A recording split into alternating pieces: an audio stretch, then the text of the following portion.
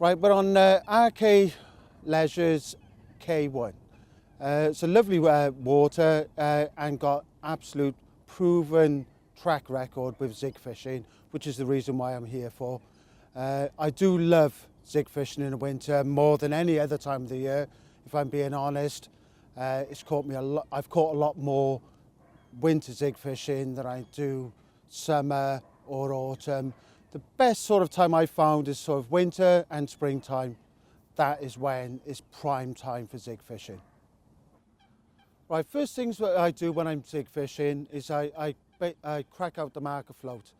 I want to find out how deep it is in front of me, because there's no good guessing. You can't guess when you're zig fishing. You need to know exact depths. And also what I try and do is I'll put the marker float out a few times and try and find a uniform type of lake bed's bottom.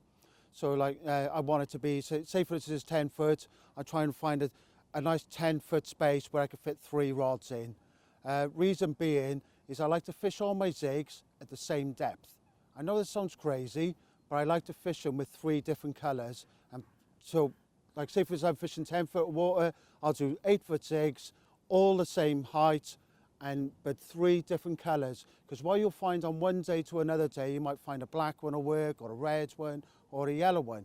So, and then effectively, if I start getting bites on, say, the yellow, then I'll just swap them all over to yellow. If I haven't had any bites then, after a couple of hours, I'll shorten them down a foot and keep doing that, keeping the three different colours until I find a depth they're prepared to take on and the colour, and then I'll swap them over to the same colour at the same time. Right, here's the rig I'm using for my zig fishing. Basically, it's a leg clip, but without the rubber.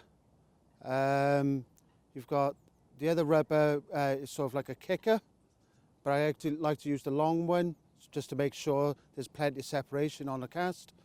You've got the lead there, but also what I do on there is I use a piece of PVA tape instead of the tail rubber, so when that melts and I get a take, the lead will always eject every single time. The hook arrangement is a size 10 target hook, straight point, prefer straight points with zig fishing, and a little bit of silicone tubing on the actual back shank of the hook. Basically it's just so I can have my bait as tight as possible to basically the top bend of the hook, and a little bit of foam. But you can use sort of like a 10mm pop-up or whatever pop-up and just trim it down if need be. Hook bait wise, for zig fishing, I like to use little bits of foam, whether that be black, yellow, red, whatever. Only small little bits though. I don't particularly like using big chunky things. But also, just to give it that little bit of an added boost, I use some sort of like an aqua sweet, this particular one is. But you can use various flavours, whatever you're using. But you can also soak them as well. So, you know, sort of a couple of days, couple of weeks before you go, just give it that little bit of added attraction. That's what I like to use for my hook baits. Simple, and it catches fish. For me, zig fishing is all about winter and spring.